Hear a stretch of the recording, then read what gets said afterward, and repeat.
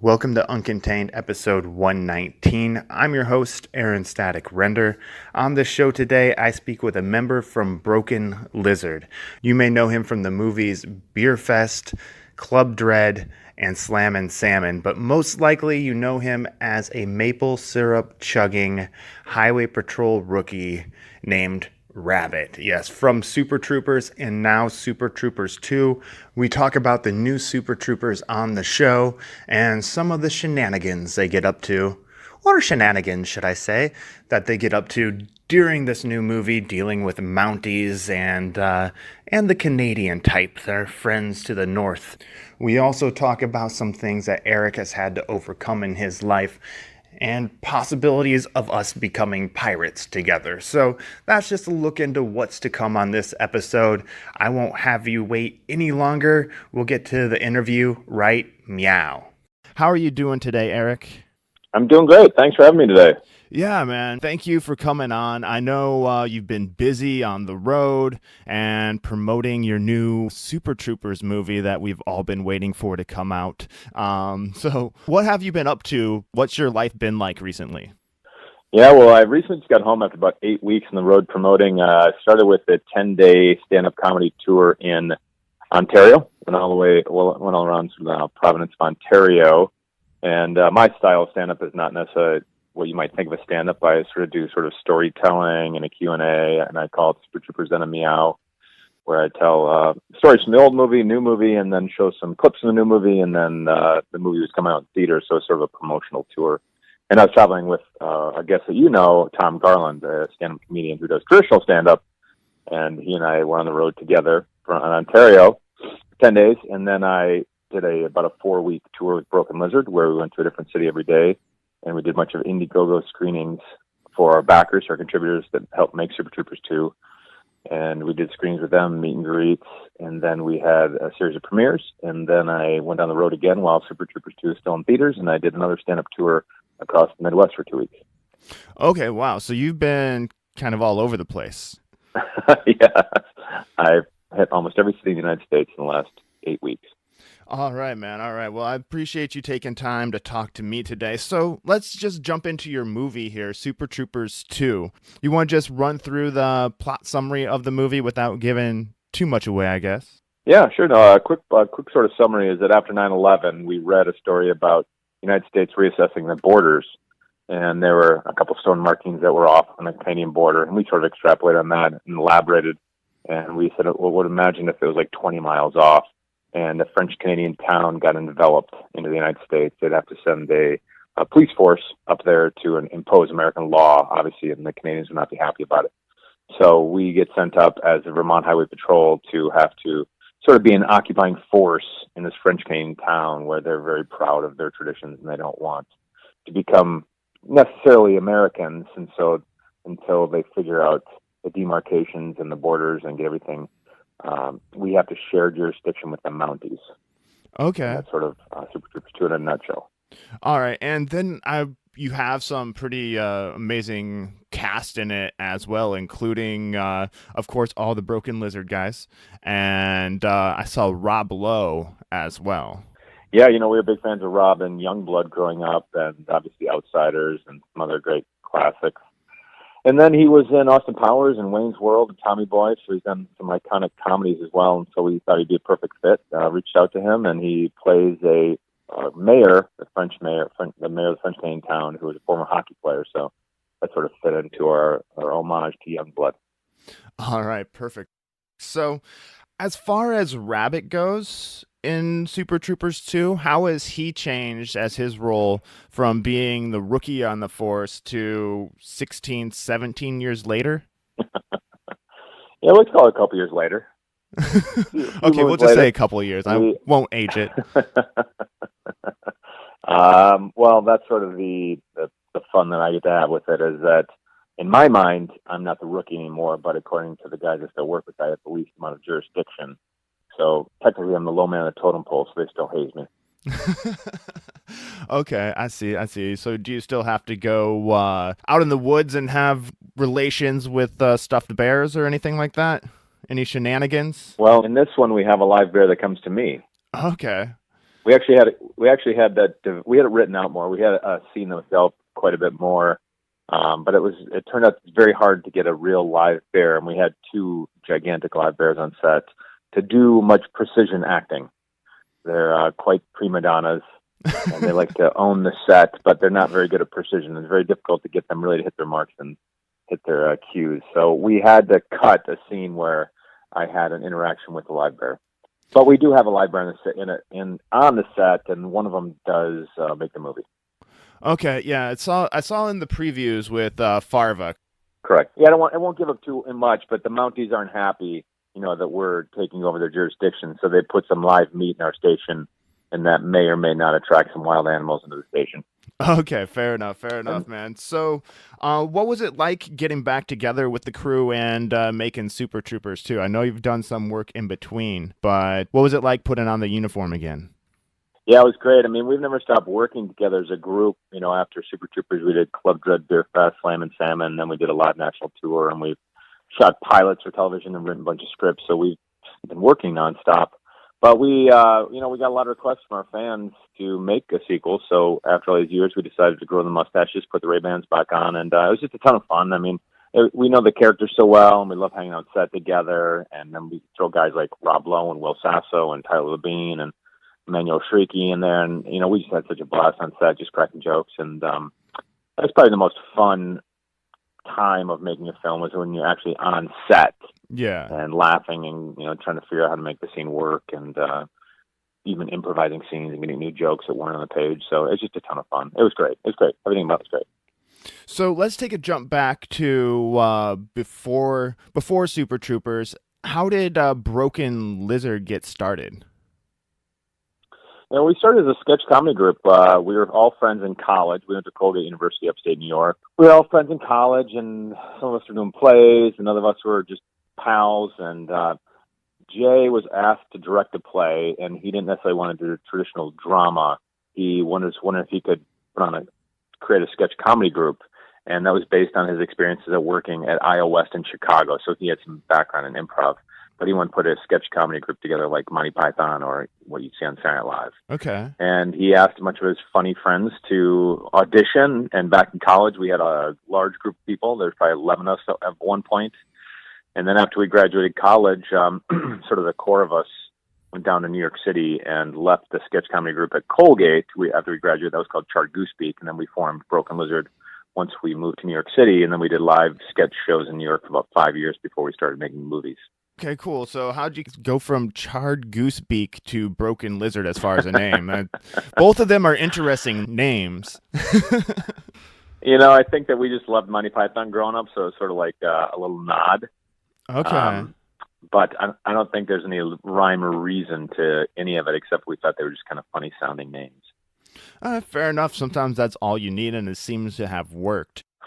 Now, in addition to acting, I bring this up because I myself have had to overcome a few things.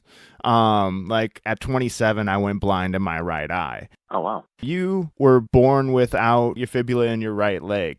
A fibula in my right leg, yes, that's correct. Okay. Now, when Super Troopers came out, the original one, you haven't released that. What made you come out and talk to people about your leg? Yeah, sure. I didn't start talking about it until quite a bit later in life, and the main reason was I wanted to be able to be cast in film and television without, being typecast per se as somebody who had an artificial leg. I was nervous that casting directors wouldn't be able to see past the fact that I was a person with a prosthetic and that I wouldn't be able to play able-bodied people. Oftentimes, when you go to a casting session, they're sort of just looking for the easiest path. They're like, oh, well, this guy fits the mold. This guy looks like he's big and tall and strong. He could play a warrior. Oh, this guy's shorter. He could play this part. It's hard for people, I think, to see beyond what just the description of the character is. Okay. And so if I was very nervous that they would say, well, you don't have two legs. You can't play this part. I was just afraid of being typecast, perhaps, of if I talked about my leg too early, that I'd only be seen as somebody that could play like a war vet or somebody that lost their leg in a car accident or perhaps, somebody in a wheelchair. And then I might just get typecast as that role. Not that there's anything wrong with that. I just didn't want to be only cast in that role, and I was nervous that casting directors might only be able to see me as that part. So then, in that sense, I was working with these guys in Broken Lizard who I'd known since college, and we were started making films together, and it didn't matter to these guys. It didn't matter to Jay, who was directing. So I would play able-bodied parts, and I wasn't playing a character that, you know, like in Puddle Cruiser or Super Troopers or Club Dread, you know, that had an artificial leg. I was just playing normal guys, different characters. And so I wanted to kind of collect a body of work up before then I could say, hey, by the way, I don't know if you guys know this, but I've been doing all these movies and TV shows, and I also have a prosthetic. So then it would have, I thought, more effect to me. And then people could say, well, okay, cool. Wow. Well, you could play this person who got injured in Afghanistan or Iraq, or you could play somebody that has two legs, you know. If you have pants on, you can't tell the difference. And so that's kind of why I didn't talk about it till after, I think maybe it was Puddle Cruiser, Club Dread, Super Troopers, Club Dread, and maybe Beer Fest. I mean, I might have had 4 movies under my belt before I necessarily came out about it. And the reason I did also was I was trying to get in shape for a movie, and I had done the test script for P90X, this extreme home fitness video. And I became really good friends with this guy, Tony Horton, who's the main trainer in it. And during the test group, I was doing a sweatpants on, and he didn't even know. And towards the end of the test group, I said, by the way, I only have one leg, and I've been doing your program. He's like, what? That's amazing. So he asked me if I would be in this discipline called plyometrics and be in the video. And, you know, I never had any aspirations necessarily to be in an exercise video. And I thought I don't know, people might think I'm trying to do this as like an acting part. I mean, I even had people come up thinking that I had done as an acting part, and that's, you know, never my intention. That was kind of strange. But he said, well, I get it. You don't want to do this, you know, and you'll be, you know, you're trying to not be seen as a person with a prosthetic, but, you know, maybe there's a reason why you were born with this, and maybe this is cool. You could help people. You know, there are people that are suffering from diabetes or different issues, and if they see that you're doing a prosthetic, well, maybe that will help them get off the couch and improve their lives. And I thought, wow, you know, hey, maybe this is kind of a blessing in disguise. And that was the first time that I started coming out and talking about it, when I did P90X in shorts. And now since then, I'm like, well, everybody knows about it now. This is who I am. I think it was a good time. I proved myself. I did a lot of stuff. And now I can go out and talk about it. I give talks to corporations and universities, and now I just embrace it. It is what it is. I don't know if I was ever that I did embrace, but now I'm more open about it, I guess. Yeah. And also by putting in, like, being able to get those few movies under your belt, you escaped being typecast as a pirate or something like that. And you and I together, we could be pirates. I got one eye that works. You got one leg. So, you know, we could like join a pirate team or sail the 7 seas. Hey, what if the director of Pirates, the Pirates of the Caribbean 7 is listening to this and he needs somebody, call me. Yeah. I'd happy to be in Pirates of the Caribbean. Me too. I'd wear an eye patch. I'd be like, "Yar me mateys, I bite your heads and give you a scurvy," or something along those lines.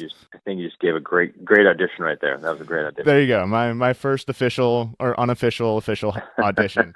So, all right, man. One of the quotes that I saw you put up in one of your videos was foolish perseverance and irrational determination. Where did that come from? Well, you know, I look back and I had so many challenges growing up. You know, like growing up, my leg was made of wood. You know, the fact you could even run on it, and like as a kid, I kind of have.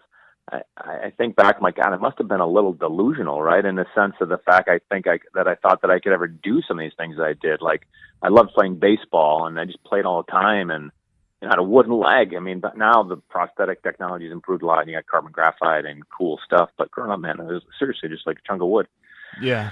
And I don't know. I had this foolish perseverance. I like to throw like the word foolish in front of it, because sometimes you have to be a little foolish. You have to be a little delusional to think sometimes you can do some of these things you can in life, or irrational. I purposely use those words because I think there's sort of a comedic factor to it. Like, to look back, I think there's a little bit of delusion that you have to be able to think you can do some of these things. Like, I love playing baseball, and so I played, and I became the captain of the high school baseball team. I only had one leg. I couldn't necessarily run as fast as everybody else. Maybe I tried a little harder. And then when you get into film and being on stage, everyone's looking at you and you're on this gigantic screen and everything's based on perfection. And so I'm up there with like the huge imperfection. I only got one leg and I limp, perhaps. Now you can't see it that much, but I guess the idea to think that I could do it makes me feel like you have to have a little sense of foolish perseverance to kind of achieve your goal sometimes. That makes complete sense right there. So, yeah, you just have to, I guess, chase after things and believe you can do it, whether or not other people think it's possible. Is that kind of what you're saying? Yeah, and I don't always believe you can do anything that you set your mind to, and I'm pretty deliberate when I talk about that in my speeches. Like, sometimes you just can't be 6'7" and be a horse jockey, but there are things that you could, sometimes you go down a path and you find, well, this isn't going to work, but it leads you to another path, or sometimes you just have to try to find out that you can't do it, and you keep moving forward. I do feel like you should at least sometimes try. And if you get to the road where it says, like, you can't do it, like, I couldn't be a professional baseball player. I probably wanted to be when I was a kid, but if you could do anything you set your mind to, I'd be, looking at my plaque at Cooperstown right now. But I found something else that I loved and that was good at, so I found a different path, and so far it's been working out pretty well for me. That it has. You aren't joking on that right there. I've been lucky. Okay, I know you have time restraints, so I'm actually going to cut quite a few of my last questions. I'll keep a few of them here, but just what advice would you have for somebody who is looking to get started out in the entertainment industry? Well, I would say if there was one piece of advice to ever give anybody, we'd all be successful. It's such a difficult, challenging business that so few people are ever able to succeed in that I don't know if one piece of advice is ever a blanket for anybody. I think you have to have an incredible passion to want to do it, and then know that there's going to be so many years of failure. You'll never make any money at it. You'll be living with 12 roommates in a shoebox for the rest of your life, barely being able to make car payments. But if that's what you don't, if you don't care about that, I travel around doing some live shows, and I encounter a ton of stand-up comedians, and half the time they sleep in their car and they don't get paid to perform, but that's their passion and they love to do it. And if you have to have that drive, I think, in a sense, to be successful, because if you're willing to do that for 10 years, live out of your car for 10 years and, just hold on at the end of the rope. If you're willing to do that for like 10 years, I think then you start creating possibilities. So my advice, I guess, would be that if you have the fire in the belly to do it, just know that it's going to be a long, arduous journey. But if you get your 10,000 hours in, things do tend to come around the corner. It's a life, zero security for probably the rest of the time. Like I know actors that have been successful and been in TV shows and movies, but every job is their last job. And so, you see them like, wow, you were on a TV show, really successful. Now they're still trying to find work and they're trying to pay rent, so it's just a lifetime of insecurity. And I mean insecurity of not having financial security. Like maybe you get on a TV show and it gets syndicated, and maybe you then have some security for a long period of time, but that can be pretty rare. Yeah, and then when you get on that show and I don't know, I'll use Dustin Diamond as an example. He was on Saved by the Bell for a long time, but now everybody just thinks of him as Screech. So getting another role that's separate from that may be hard. Yeah, and I think he's out trying to do live shows and making a living, but you're never on easy street. You're always trying to find that next job. So if you don't mind a life of always having to find that next job, just know that's sort of what the lifestyle is. Some people like it. Some people have no problem with that. That's cool. Yeah, that's some great insight though into the business from somebody who's lived it. Okay, so I'm going to skip over a few more questions that I normally ask for my listeners who, might be expecting the 5 questions. I'm just going to skip to my final question of the show, which is the title question of the show. But before I do that, one last time to plug what you have going on, maybe some upcoming movies that you're working on as well, along with Super Troopers 2, where people can find you. What's your corner of the internet? Yeah, I mean, I try to give all my updates sort of on my social media. So I have Facebook, Twitter, Instagram, that kind of stuff. Currently, Super Troopers 2's in theaters. It's kind of fun because I've been seeing a lot recently that there's a lot of drive-ins. Like, it's been out now for about 4 weeks. I guess it opened on April 20th, but it's still in theaters. And it's doing a lot of double plays with Deadpool 2. So Deadpool 2 and Super Troopers 2 are a lot of drive-ins around the country right now, which is pretty cool. So if this comes out and people want to go to a drive-in, kind of a cool double bill. And then it's been traveling around doing some live shows where I could tell stories, have a lot of fun doing that. Have some shows coming up in Texas. And then in addition to that, I'm always writing and trying to set up this kind of a web series that I've shot as a director, trying my hand at directing, which is a comedy. Still trying to figure out if it'll be short form or if I'll develop it into a half hour, but that's been a lot of fun. That's called Dick Apple's Supper Club, so keep an eye out for that. I like the name. And then it's kind of like Curb Your Enthusiasm meets Cheers, but it's still in development stage. We shot a bunch of footage, but we'll see where it goes. And then with Broken Lizard, we're going to hopefully continue to keep writing projects, and we'll see if we can't get maybe a Super Troopers 3 off the ground or something like that. All right, cool. Well, I will put your social media in my show notes so people can find you there. Do you have a website as well? Yeah, it's mostly for speaking, kind of an informational website, erikstolhanske.com. And mostly it's for anybody at a university or a corporation that is looking for a keynote speaker. I basically tell my story of overcoming having a wooden leg as a kid and going on to make the movie Super Troopers. And, this applies to you, applies to everybody. I say that everybody has a wooden leg. Everybody sort of has something that's their wooden leg. It's not unique to me in the sense that everyone is trying to overcome something, some challenge that they have, mental, emotional, physical. Yeah. We all have a wooden leg of some sort.